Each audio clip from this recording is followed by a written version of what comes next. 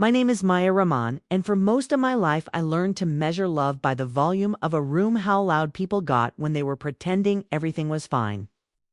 In my mother's house, affection came packaged as advice shouted from the kitchen as critiques delivered between bites of dinner. As a chorus of "we only want what's best for you," that sounded suspiciously like "be less, shrink, apologize." We live in a rambling two-story house. My stepfather, Victor, insists on calling the family home, even though he bought it only after he married my mother. It's a pretty house if you don't live in it. White railings that gleam in the afternoon sun, bougainvillea braided along the balcony like spilled magenta paint. A courtyard with a fountain that never works when guests aren't around and splashes theatrically to life the minute someone pulls up. The lemon tree in the corner gives fruit in surprising bursts. One year it gave us so many lemons my mother filled buckets and sent them to neighbors, and the next year it looked like a stick someone planted on a dare. That tree, like our family, has no interest in being predictable. I used to believe unpredictability meant possibility. Now I know it also means sudden storms. We weren't always four. For the first 13 years of my life, it was just me and my mother, Lila, and my younger brother Arun, who arrived with the loudest newborn cry I'd ever heard. Arun is the only person who ever made space for me without asking for something. In return, he calls me Dee Dee, in a voice that still carries echoes of the little boy who followed me everywhere with jam on his cheeks and a plastic robot under his arm. When I was 15, my mother married Victor, a man with a polished watch, a buttoned smile, and a voice that could soothe a room into agreeing with him. He brought money and order and, as he liked to say, standards. He also brought Serena, his daughter, who was 17 then and already knew how to leave a trail of perfume and impatience wherever she walked. New beginnings, my mother said, twirling the diamond on her finger. A real father figure for you, Maya. Stability. She looked over my shoulder when she said it, as if she was practicing the line for someone else. Do I need stability? I asked, because I was 15 and questions were the only rebellion I could afford. She kissed my forehead like sealing a document. Everyone needs stability. Victor moved in with a set of rules and a laugh that arrived faster for other people. At dinner, he'd ask Serena about school and lacrosse and her plans for university, while I chewed too slowly and watched my mother's face calibrate itself to the new temperature of the room. They made space for me in words. Of course we're proud of you too, Maya, and erased me in practice. I wasn't a bad kid. Quiet? Yes. Too observant, probably. My report cards were neat columns of A's and tiny teacher comments like thoughtful and reserved. I edited the school paper, took long walks with Arun, and worked weekends at a dusty little bookstore off Maple Street where the owner, an elderly man named Mr. Klein, paid me in cash and second-hand paperbacks. Sometimes I'd sit on the stool behind the register and imagine my life like a story the shelves were trying to teach me how to write. A beginning that felt like a door and an ending that belonged to me. Victor had a different story in mind. He worked in logistics warehouses, shipping a fleet of trucks that moved other people's goods across the state, and he loved schedules the way some people love music. The world respects a woman who knows how to be efficient, he told my mother. Our girls are going to be organized. By our girls, he meant Serena first and me as an afterthought. If I were a calendar, I'd be the scribbles in the margin, a reminder no one checked. Serena is the kind of person who grew up expecting rooms to tilt toward her. When she says I'm cold, someone hands her a cardigan. When she says I'm bored, a plan springs into existence. She speaks like she's always on a stage, voice pitched half an octave higher, hands punctuating sentences with polished nails. We shared a wall, and through it I learned the cadence of her laughter, the chime of the messages that arrived in the middle of the night, the faint clatter of her makeup brushes in the morning. She wasn't cruel. Exactly. Cruelty requires acknowledgement. Serena perfected the art of looking past me like I was a coat rack someone forgot to move. Hey, I said once, the day after she moved in, standing in the hallway with a plate. of lemon bars I'd baked from a recipe my grandmother taught me. "Welcome." She blinked like she had to adjust her eyes to bring me into focus. "Thanks," she said, taking the plate with 2 fingers and pivoting into her room before the word fully finished. Later, I found the plate on the kitchen counter. It's 2 bites taken and the rest smashed into a sticky crumble as if a decision had been made mid-snack. Not for me. To compensate, my mother became a performer.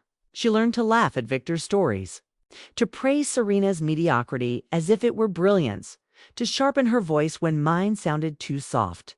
"Stand up straight, Maya," she'd say when guests arrived. "Smile, don't mumble. Speak clearly when Uncle asks about your plans." She called all our friends uncle and auntie, whether or not we were related. It was her way of building a world she could manage, even if it meant shrinking me to fit inside it. The year I turned 22 with a degree in English and a stack of essays I was proud of, I found a job running social media and writing grant proposals for a community arts nonprofit. The pay wasn't impressive, but the work felt like an honest handshake, messy, sincere, full of people who believed a small thing could matter. I came home one evening, damp with rain and triumph, because I'd written a proposal that kept an after-school program funded. And Victor glanced up from his tablet long enough to ask, "So when are you planning to get a real job?" "This is a real job," I said, hanging my coat. "We serve over 200 students a week." "We have an office," he asked, amused. "A retirement plan." A title that means something outside of your circle of dreamers. My mother stirred the curry harder than necessary. "Victor," she said, "Maya just started. She's finding her footing," he concluded, the way someone might say burning daylight. Serena breezed in then, complaining about a parking ticket, and the conversation slid around her like a red carpet. I stood with rain in my hair and let the humiliation dissolve into a familiar ache. This is the price of living in a house you didn't choose, I told myself. You keep your head down and save. You work, you wait. If there was an island in that house where I could breathe without rationing the air, it was the kitchen when my grandmother, Nani, visited. Nani lived 2 neighborhoods away and was the only person my mother still obeyed without argument. She had hands like soft pillows and an observation for every silence. "Come," she'd call when she arrived, shrugging off her shawl. "Well, make halwa and talk about your day." Her eyes were stern and kind at once. She could look straight at the part of you were hiding and persuade it to step into the light. "You're too polite," Nani told me once, rolling dough into neat circles. "Politeness is a useful dress, but don't confuse it for your skin." "I don't want to cause trouble," I said, and heard how small it sounded. "Some trouble needs causing," she replied, placing a paratha in the pan. "People like Victor build their houses out of your silence. Charge rent." Arun, for his part, navigated the house like a goodwill diplomat. He was 19 then, studying computer science at the community college, working nights at a coffee shop, and trying to keep the peace between a stepfather who wanted him to be a more aggressive version of himself and a sister who performed apathy like an Olympic sport. He had a way of disarming me with humor when he knew I was about to cry. "You know what's wild?" he said one Saturday afternoon as we folded laundry. "Serena buys jeans with holes in them and pays extra for the privilege." "Distressed denim," I said, grinning despite myself. "She's not the only one distressed." He deadpanned, and we dissolved into laughter that felt like a secret handshake. Sometimes I think our bond is the only reason I didn't disappear in that house. When Victor criticized my job or my clothes or my lack of ambition, Arun would send me a text under the table. "You're doing great, Didi. He's just allergic to joy." When Serena accidentally borrowed my sweater and stained it with foundation, he appeared with a chocolate bar and a shrug that said, "Let it go. I'll help you buy a new one when I get my next paycheck." I saved those texts in a folder labeled weatherproof. The year shifted into wedding season, which in our community means every weekend or two there's a celebration where the food is abundant and the gossip is free. The talk in our house for weeks revolved around my cousin, Ion's engagement party in early summer. My Aunt Priya, who has the endurance of a marathon runner when it comes to family events, called nightly to discuss caterers, themes, playlists, the seating chart that would head off feuds before they started. Everybody will be there, my mother said, which was as much a threat as a promise. The week before the party, I received an email from the nonprofit's director, a woman named Noor, with gentle eyes and spiky earrings. Maya, it began, the board reviewed your grant portfolio and your leadership of the summer program. We'd like to offer you the role of program coordinator, effective next month. It comes with a raise in benefits. I know this is overdue. There was a second line that made me catch my breath. Also, the foundation you pitched last fall doubled their funding thanks to your follow-up report. Well done. I stared at the screen long enough for my eyes to water. It wasn't just the money, though that would help. It was that someone saw the work for what it was and told the truth out loud. I printed the email and tucked it into my notebook like a talisman. For an hour, I let myself imagine how I would tell my family how. My mother's eyes might soften with pride. How even Victor might say, "Congratulations," as if the word could survive in his mouth without curdling. One chose my moment poorly. That evening, Victor and my mother were at the dining table, surrounded by paper swatches and menu samples for the party. Serena scrolled on her phone, already dressed in a silk top, though she had nowhere to go. Hair, pin-straight lipstick, immaculate. I hovered like a bird on a wire and cleared my throat. "I have news," I said. Serena didn't look up. Victor did, reluctantly, as if my voice had interrupted a broadcast in which he was both star and audience. "Make it quick. Kai got promoted," I said, and couldn't keep the smile from my face. Program coordinator, a raise, health insurance. There was a beat of silence. My mother's expression arranged itself into something cautious. Victor's mouth tilted in what might have been a smile in a different life. "Coordinator, huh?" he said, rolling the word in his mouth like a hard candy he wasn't sure he wanted. "That's administrative. It's leadership," I said, hearing the defensive note and wishing I could swallow it. "Be overseeing the summer programs. The foundation doubled their funding. Noor said it was because of my report." He turned to my mother. "Did we decide on the lamb or the fish?" "The fish," Serena said, still not looking at me. "Lamb is heavy." I felt something small and bright blow out inside me like a candle in a draft. "Mom," I asked, because I am stubborn enough to still want her to meet me halfway. "That's nice, Beta," she said. The automatic kindness of the phrase undermined by the way her eyes had already returned to the swatches. "We'll talk later. Arun needs a suit for the party and Serena's hair appointment." "Is it 6?" Serena supplied, smiling into the glass of her phone as if it were a mirror that loved her back. I took my victory to my room and unfolded it by myself. "It's okay," I told myself. "Know what? It's worth whether they clap or not. But I am not as self-sufficient as I pretend." After an hour, I texted Arun, "Got promoted. Want to celebrate?" "With ice cream." He responded with a string of exclamation marks and a promise to meet me at the corner in 20 minutes. We sat on a low wall with melting cones and let the evening wind flatten the day's noise. When I told him how the announcement went, he swore under his breath. "They're ridiculous," he said. "You're incredible. I'll get poetic. I will get poetic. You deserve sonnets, odes, a parade with confetti made of Victor's spreadsheets." I laughed, the sound so sudden I almost dropped my cone. "You're an idiot," I said affectionately. "An idiot who will clap very loudly at your triumph," he said, and did, right there on the sidewalk.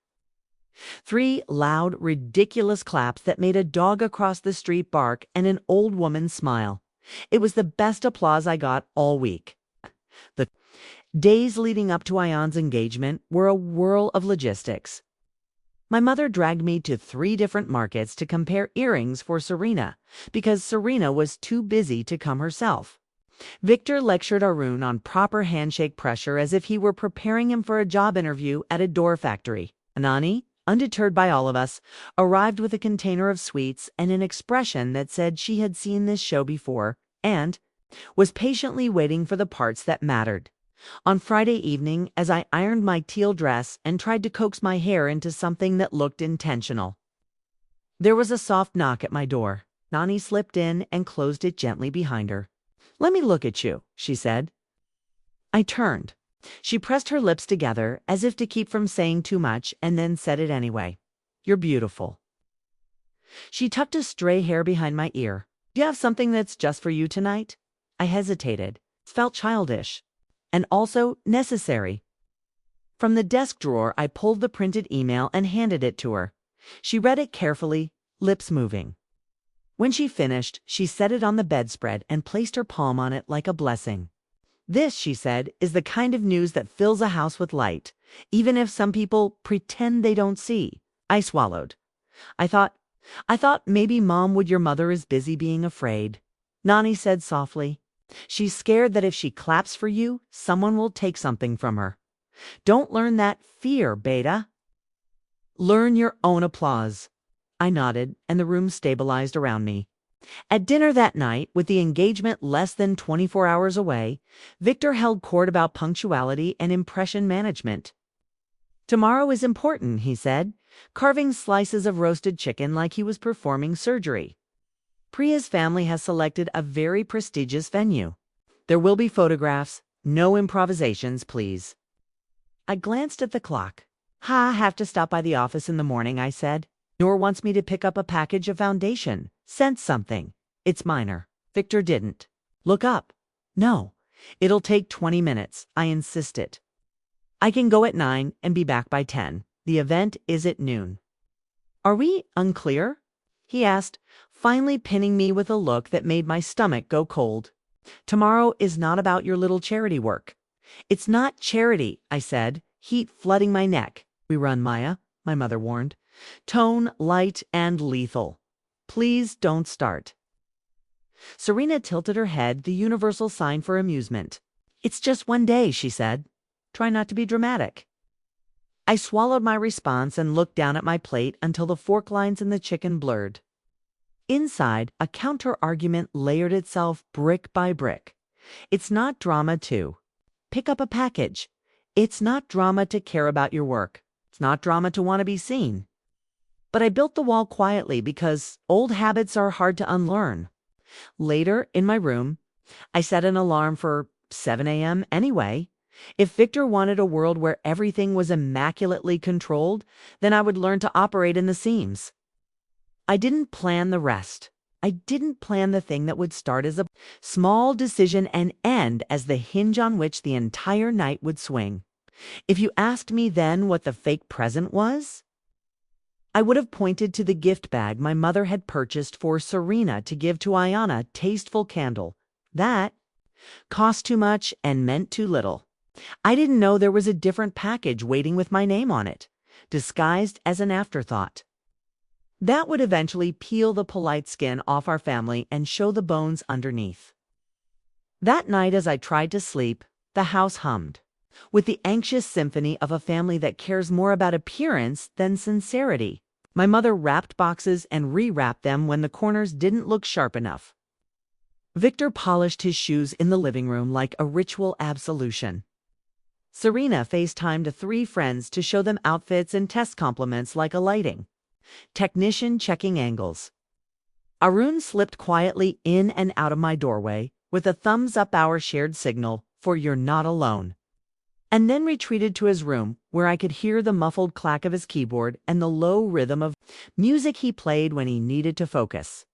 I stared at the ceiling and made lists in my head. Bring the printed email in your purse. Maybe Aunt Priya will actually be happy for you. Leave at 8:30. Text Noor when you arrive. Smile even if. Don't respond to Barb's.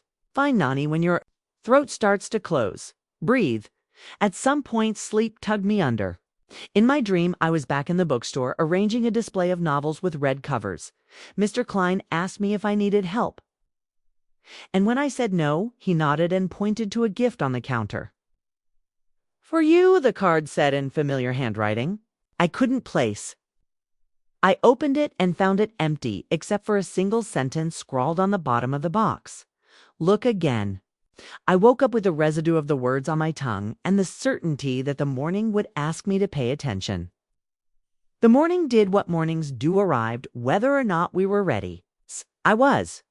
Mostly, I slipped out before Victor had a chance to question me, leaving a note on the kitchen counter that said, "Back by 10. Picking up package, it was a small act of defiance. It felt like a flare in the dark. The air outside was crisp and noble, the kind that makes everything look like it has a sharper outline. I took the bus to the office, listening to messages. Pile up in the family group chat, Serena complaining about her hair, my mother reminding us not to be late. Victor sending the itinerary as if he were managing a military operation. When I reached the nonprofits building, Noor was already there, standing by the front door with a key and a grin. "You beat me," she said. "Good. Come on, I have something for you." Inside, the office smelled like paper and coffee and the lemon cleaner Mrs. Ortega used on Fridays. Noor led me to the conference room, and there, sitting on the table, was a medium-sized box with a label from the foundation I'd written the proposal for. There was a second envelope, heavy, addressed to me.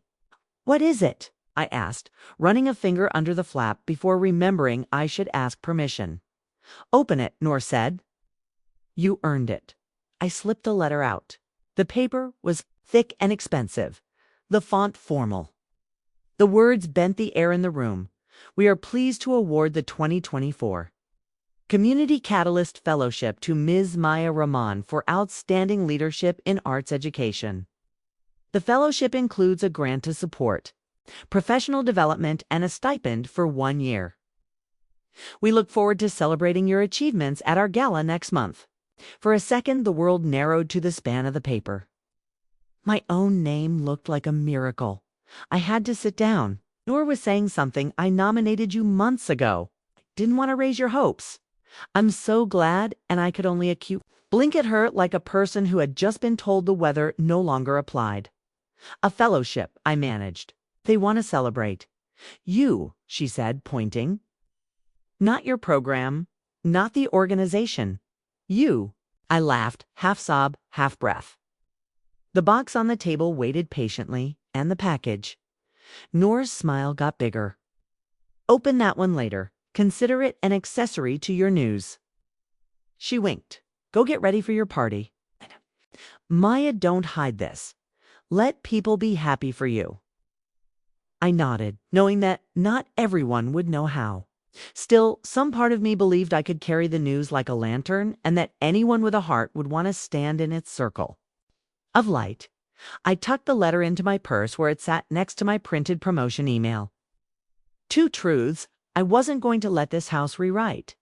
On the bus ride home, I caught my reflection in the window and startled at the steadiness in my eyes. "Learn your own applause," Nani had said. "Charge rent."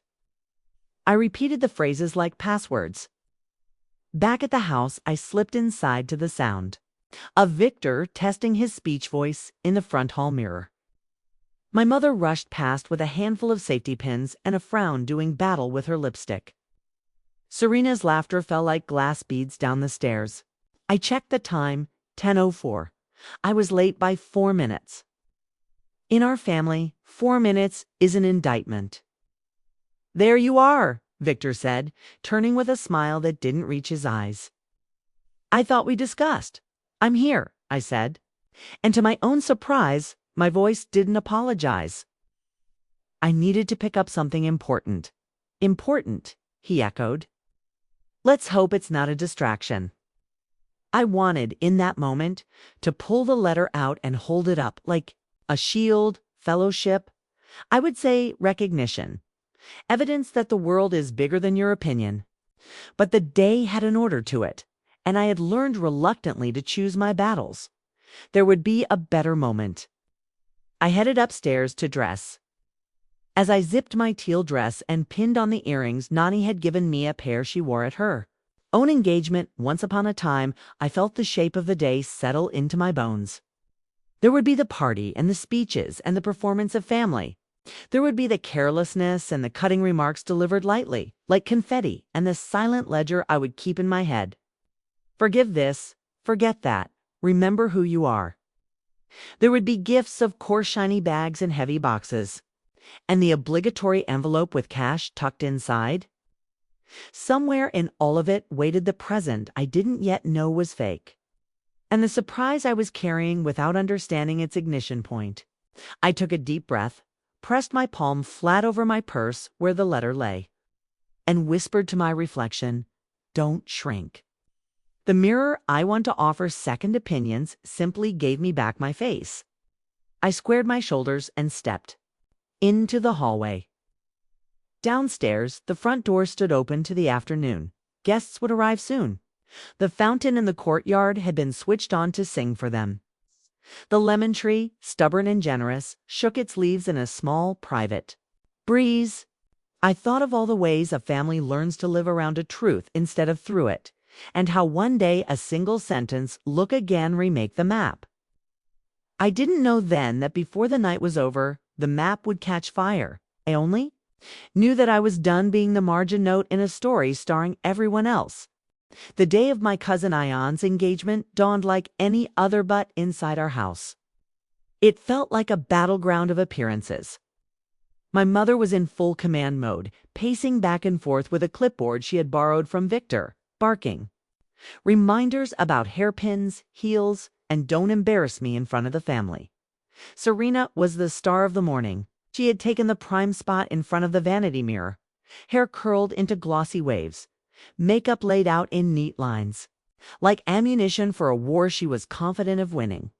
My mother hovered behind her, holding earrings against Serena's ears and sighing with admiration. Meanwhile, I stood in the corner of the room, already dressed in my teal dress, clutching the small purse where the fellowship letter sat hidden. I waited for my turn at the mirror, but Serena caught my eye and smirked. "Do you need this space, Maya?" she asked sweetly. "Mean, not to be rude, but you don't really wear makeup anyway." My mother chuckled softly, as though Serena had cracked the cleverest joke of the morning. "She's right, Maya. Just a little Kiel is fine for you. Don't overdo it." I bit back my words. Why does everything I do feel like too much, or not enough? By the time we arrived at the banquet hall, the venue was buzzing. Crystal chandeliers dripped from the ceiling like frozen waterfalls.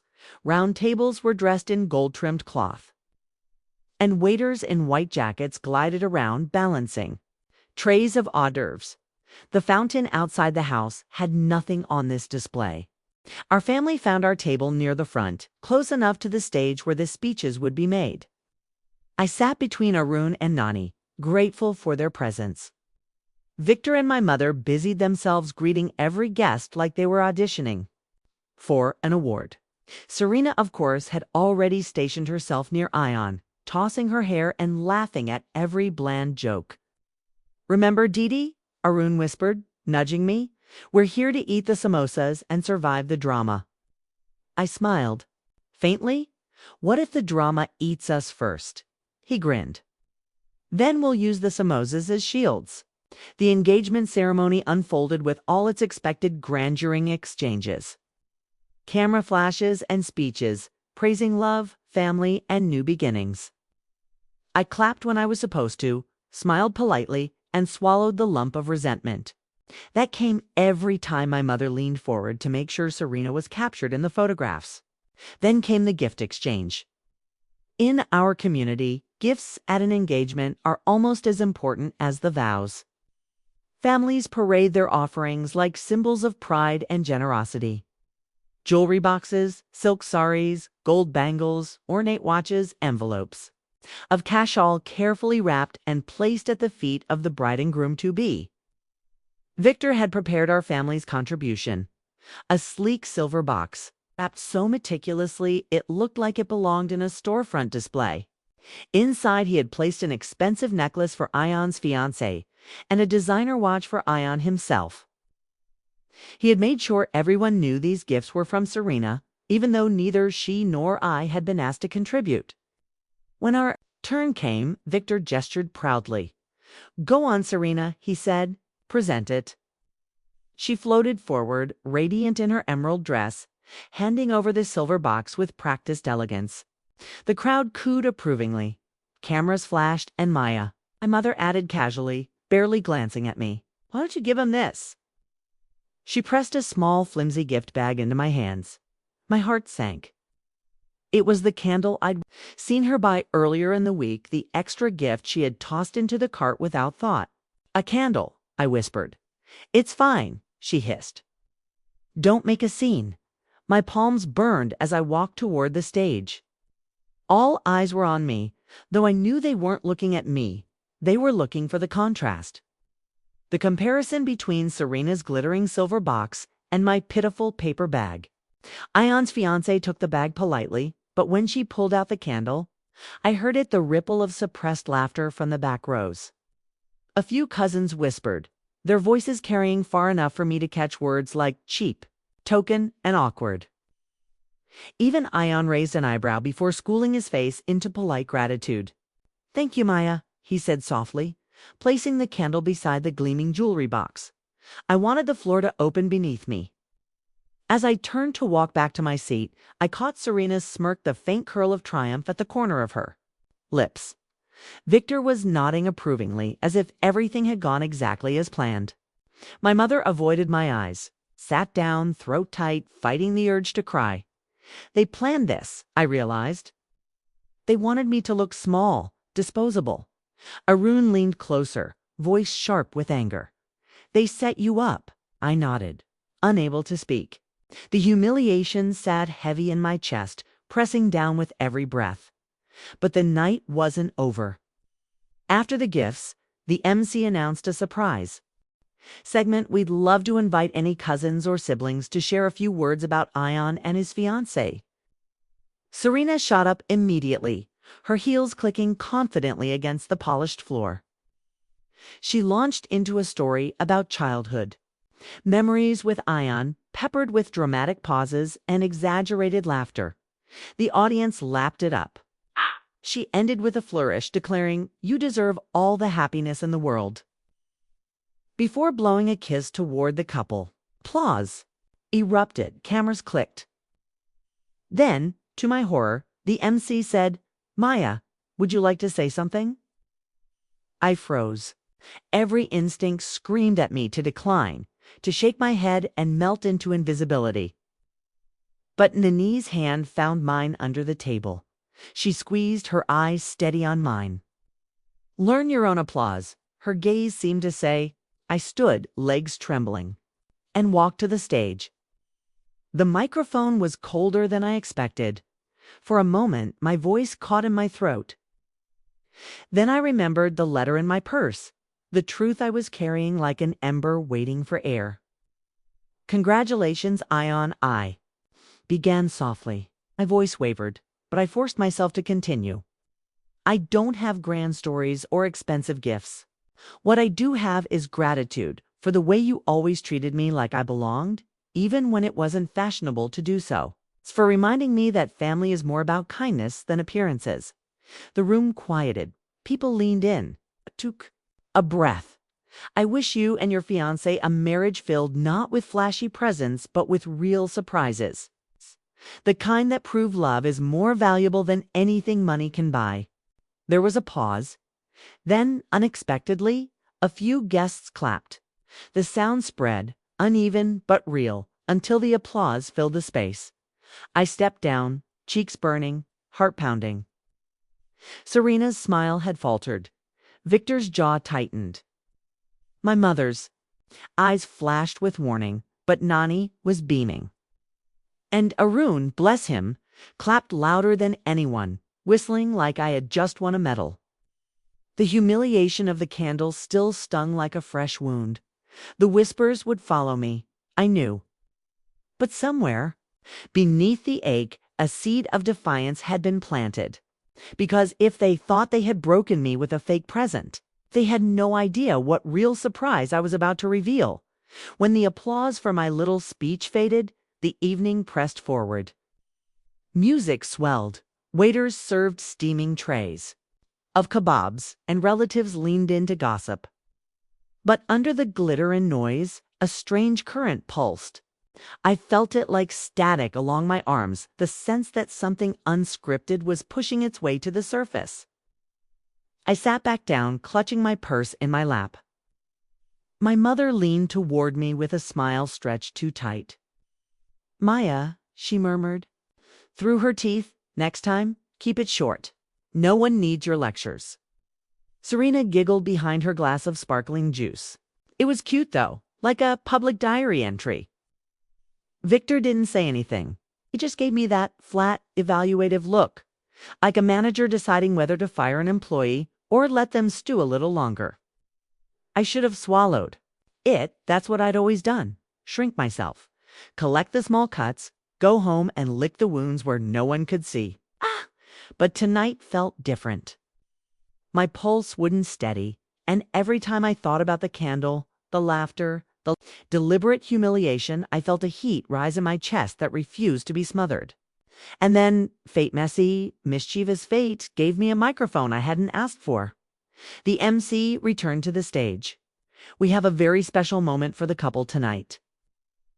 One of our sponsors has made a generous contribution in honor of this engagement. I've sent a token of appreciation delivered to one of our guests earlier today." A waiter stepped forward with a large box, beautifully wrapped in royal blue. The tag read, "For Maya Rahman." Gasps rippled through the room. Heads turned, mine included. "For me?" I stammered. The MC beamed. "Yes, Miss Rahman. Foundation sponsoring this event asked specifically for you to present this on their behalf." I froze, stunned. But Noor's words from the morning echoed in my mind. "Open it later. Consider it an accessory to your news." The box. This was the package she'd given me. I'd slipped it into the nonprofit's car trunk to bring home later, but apparently she'd arranged for it. To be redirected here, I stood on shaky legs, hearing my mother's hiss. "Maya, don't you dare," but it was too late. All eyes were already following me to the stage. I placed the blue box on the table beside Ion and his fiancée. "This is from the Patel Foundation," I explained, voice carrying through the microphone. "An organization I've had the privilege to work with." Gasps again. Whispers. The Patel Foundation was well known in our community, wealthy philanthropists who funded schools, hospitals, and cultural events. Their name alone drew attention. I opened the box. Inside was a glittering pair of diamond-studded bangles and an engraved plaque. To Ion and Priya, I read aloud, hands trembling. "May your union be as strong as your roots and as bright as your future. With love, the Patel Foundation." The applause this time was thunderous. Cameras clicked wildly. Relatives craned their necks to catch a glimpse. I glanced toward my family's table. My mother's face had gone pale. Victor's expression cracked just enough to reveal disbelief. Serena's smile twitched at the edges, unable to hold its shape. But it wasn't over, 'cause tucked beneath the bangles, sealed in an envelope with my name, was the fellowship letter I knew I shouldn't. Every survival instinct screamed at me to pocket the letter and keep the peace. But the humiliation of the candle still burned hot. And this moment, this unplanned, glorious moment, was the first time the spotlight wasn't theirs to control. So I took a breath, unfolded the letter, and read aloud. "The Patel Foundation is pleased to award the 2024 Community Catalyst Fellowship to Ms. Maya Rahman. In recognition of her outstanding leadership in arts education, this fellowship includes a professional development grant, a year-long stipend, and formal recognition at our upcoming gala." Silence. Absolute silence. Then, like a dam-breaking applause, erupted again louder, fuller, with genuine warmth. People stood, clapping, nodding. I saw pride in strangers' eyes, in distant relatives I barely knew, in friends of my aunt who had never bothered to learn my name. The MC leaned in, smiling wide. "Congratulations, Maya. What a remarkable achievement." I swallowed hard, my throat thick. For the first time in years, I didn't feel invisible. But the revelation landed like a grenade at my family's table. When I returned, Nani clasped my hands, tears glimmering in her eyes. "See?" she whispered fiercely. "The light finds its way." Arun grinned ear to ear, clapping me on the back so hard I nearly stumbled. "Didi, you're a star." But my mother. She sat frozen, lips pressed tight, hands gripping the tablecloth like it might hold her together. Victor's jaw worked, but no words came. He looked like a man whose carefully scripted play had been hijacked mid-performance. Perfect Serena looked at me with naked shock, her eyes wide, her face caught between envy and disbelief. Relatives began swarming, offering congratulations. Aunties hugged me. Uncles shook my hand. Some asked questions about the fellowship, about the gala. For once, no one was rushing past me to get to Serena. For once, I was the one they wanted to talk to. But as the crowd shifted, I caught my mother's whisper to Victor. She blindsided us. In front of everyone. And his reply, low, but sharp. "We'll deal with her at home." My stomach twisted. I knew the backlash was coming. Yet, even with that dread curling in my gut, I couldn't stop the flicker of triumph warming me from the inside. For the first time, their fake present, the humiliating candle, had been dwarfed by a real surprise they couldn't manipulate or dismiss. I had been underestimated my whole life. Tonight, the mask had slipped. They weren't ready for. What came next? The applause still echoed in my ears as I left the stage, but I could feel the storm gathering behind me. Waiting until the last polite clap faded before it broke. I sat down, my hands still trembling around the fellowship letter. Nani squeezed my shoulder. Arun grinned like he'd just witnessed the best plot twist of his life, and my heart raced with equal parts pride and dread. Because across the table, my mother's eyes were burning holes through me. Victor leaned closer to her, his jaw set so tight a muscle twitched in his cheek.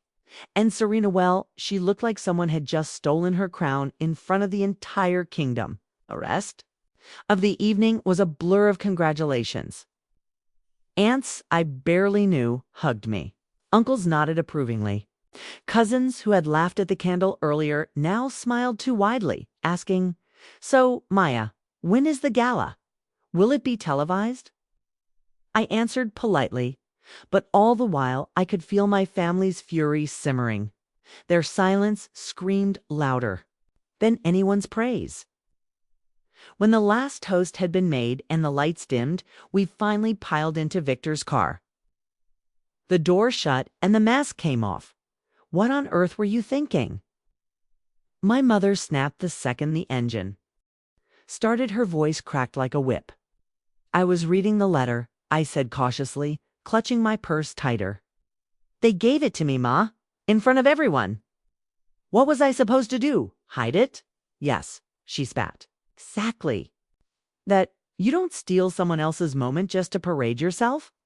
Tonight was about Ion and Priya, not about you." "It wasn't about me," I shot back, my voice shaking but firm. "It was about the foundation, about the work I've been doing for years while you all pretended it wasn't real." Victor slammed his hand against the steering wheel. "Enough. You embarrassed us. Do you even realize how it looked? As if we didn't know about this fellowship? As if we're so detached from our own daughter that strangers had to reveal it for us." The car fell into heavy silence, the kind that thickens the air until it's hard to breathe. Finally, Serena let out a scoff. Let's be honest. Number one really cared about that fellowship. They were clapping because it was a spectacle, a pity ovation. Honestly, Maya, you should be grateful anyone even noticed. That did it. The ache in my chest hardened into steel. "Grateful?" I repeated, my voice low and dangerous. "Grateful that you gave me a candle while you paraded Serena's gifts like royalty. Grateful that you spent years treating me like a shadow in my own house." "Maya," my mother warned. "No," I cut her off, my voice rising. "Not tonight. If you humiliated me on purpose, if you wanted me to look small, to remind me where I stand in this family. But guess what? The world saw me. The foundation saw me. And no amount of your disapproval can erase that. Victor's knuckles whitened around the steering wheel. Watch your tone. But for once, I didn't care. My pulse was pounding, my lungs full of air I refused to ration. You watch? How you treat me, I said coldly. Because tonight, everyone else saw the truth.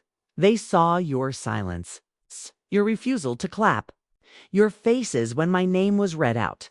And believe me, they noticed. I let the words hang heavy in the car. Serena shifted uncomfortably. My mother looked away, blinking too fast. And Victor swallowed hard, the first crack in his armor showing. So when we got home, the house was no longer the fortress of order Victor had built. It felt brittle, fragile, like glass under pressure. I went straight to my room, but I didn't shut the door. Not this time. I wanted them to hear. Me moving, wanted them to know I wasn't hiding. Moments later, there was a sharp knock. Victor entered without waiting. You've embarrassed me for the last time, he said, his voice low and controlled. Tomorrow we will set this right. You will apologize to the family for making a spectacle of yourself. You will downplay this fellowship nonsense. Do you understand? I stood, clutching the fellowship letter in one hand like a shield. No. His eyes narrowed. Excuse me? No, I repeated, louder this time. My voice didn't shake. I will not apologize for being recognized. I will not apologize for succeeding without your approval. And I will definitely not apologize for refusing to shrink anymore. You live under my roof, he hissed. You follow my rules. I met his glare head in. Then maybe I won't live under your roof anymore. The words shocked even me. But once they were out, I knew they were true. Behind Victor, I saw movement. My mother stood in the hallway, pale, torn between loyalty and shame. Serena lingered too, arms crossed, her face a mask of disbelief. And then Arun appeared, stepping forward until he was beside me. If Maya leaves, he said steadily, so do I. Victor blinked. What? You heard me. Arun's voice didn't waver. You've treated her like she's disposable. For years. Well, she's not. She's my sister. And if she goes, I'm going with her. The silence that followed was seismic. My mother's hand fluttered to her chest. Serena's mouth fell open, and Victor looked like someone had finally pulled the rug out from under him. I turned to Nani, who had quietly stepped into the room without anyone noticing. She looked at me, her eyes shining with pride, and said, sometimes the only justice is to walk away and let them feel the emptiness they created. The climax wasn't loud, it wasn't violent. It was the stillness of a decision that couldn't be undone. That night, I packed my bags. Not in secret. Not hurried. I folded my clothes neatly, slid my books into boxes, tucked the fellowship letter into a folder where it belonged. Arun did the same. And when we wheeled our suitcases to the door, the house was silent except for Serena's sharp inhale and my mother's stifled sob. Victor stood rigid, arms crossed, his authority suddenly meaningless. I turned back one last time. You gave me a fake present tonight, I said quietly, meeting my mother's eyes. But I revealed the real surprise. And now you have to live with it. And then I walked out into a night that finally belonged to me. The night air was cool against my face as I stepped out of that house for the last time. For years, that doorway had been the threshold between the version of me that endured and the version of me that dreamed. Crossing it now with my suitcase in hand felt like unlocking a door I'd never been given a key to. Arun trailed behind me, dragging his duffel bag, his breath visible in the early morning chill. He looked tired but relieved, as if the weight on his shoulders had finally shifted. Nani waited at the curb, her car idling, her shawl wrapped tightly around her shoulders. Come, she said simply, her voice soft but commanding. You are. Not homeless, you are just free. I slid into the back seat, clutching the fellowship letter in my lap. Arun squeezed my hand, and for the first time in years, I didn't feel like I was apologizing for taking up space. The days that followed blurred together at first. Nani's small apartment became our haven. Smelled of cardamom tea and old books, the air always warm with her quiet defiance against the world's coldness. She gave me the spare room, tucked a blanket over my shoulders when I worked late on my laptop, and muttered blessings under her breath every time she passed me. In the hallway, Arun set up his desk in the corner, balancing his coding assignments with shifts at the cafe. Sometimes we'd sit together in the evenings, sharing takeout noodles and laughing at inside jokes that stitched our bond tighter. It wasn't glamorous, it wasn't effortless, but it was ours. And slowly, I began to realize something profound. The absence of constant criticism is its own kind of abundance. The fellowship became my anchor. Emails poured in from coordinators and mentors who were eager to meet, to plan, to fund projects I had only dared to imagine before. They wanted me to design new art programs, to lead workshops, to travel to conferences. They called me leader, without hesitation, and I tried every time to believe them. At the gala a month later, I walked across a stage in front of hundreds of people as they announced my name. Cameras flashed. My bio appeared on a screen, detailing my work, my vision, my achievements. I should have felt nervous, but instead I felt steady. Because for the first time, the applause belonged to me, and I wasn't afraid to claim it. I glanced out into the crowd, and there they were. Nani clapping with tears in her eyes. Arun whistling so loudly a few heads turned. And in that moment, I knew this was my family. Not the ones who tried to shrink me, but the ones who stood taller just so I could see my own worth. And my mother. She called once, about 3 weeks after we left. Her voice trembled through the phone. "Maya, people are asking questions," she said. "They're wondering why you haven't been home. You've embarrassed us." I listened quietly. Once her words would have pierced me, but now they slid off like water on stone.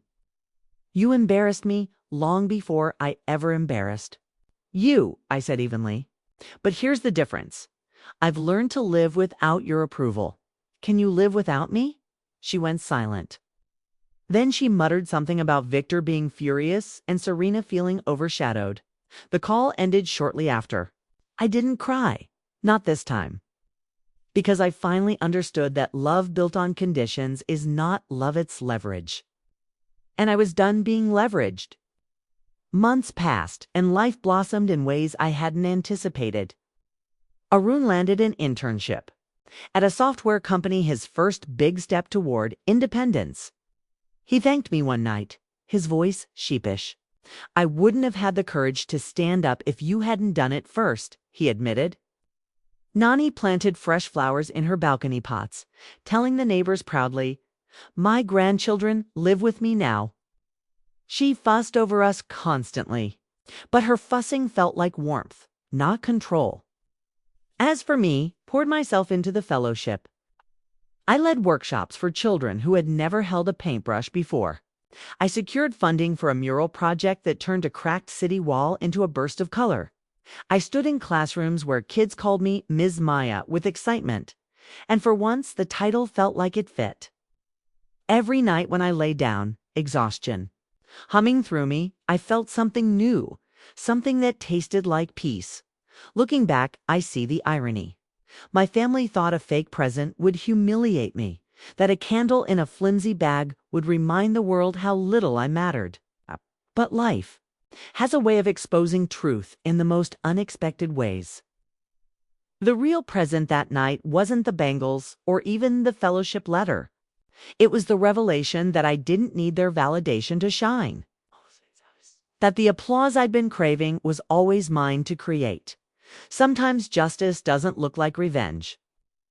It looks like walking away, head held high, while those who tried to diminish you sit in the ruins of their own pride. Now, when I pass by our old house on Maple Street, I don't feel bitterness. I feel clarity. The fountain still splashes for show. The lemon tree still gives fruit when it pleases.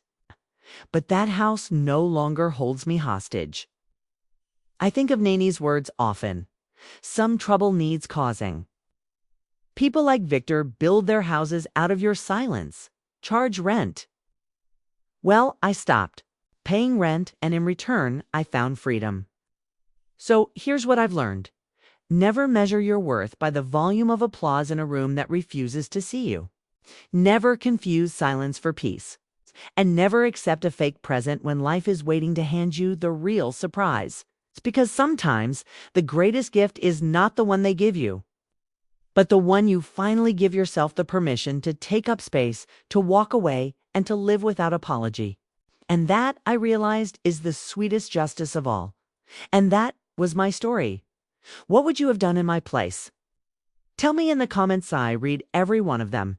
If you felt my pain and cheered at my justice, don't forget to hit that like button, subscribe for more stories of betrayal and revenge, and ring the bell so you never miss when the next secret is revealed. Because, trust me, the drama is only just beginning.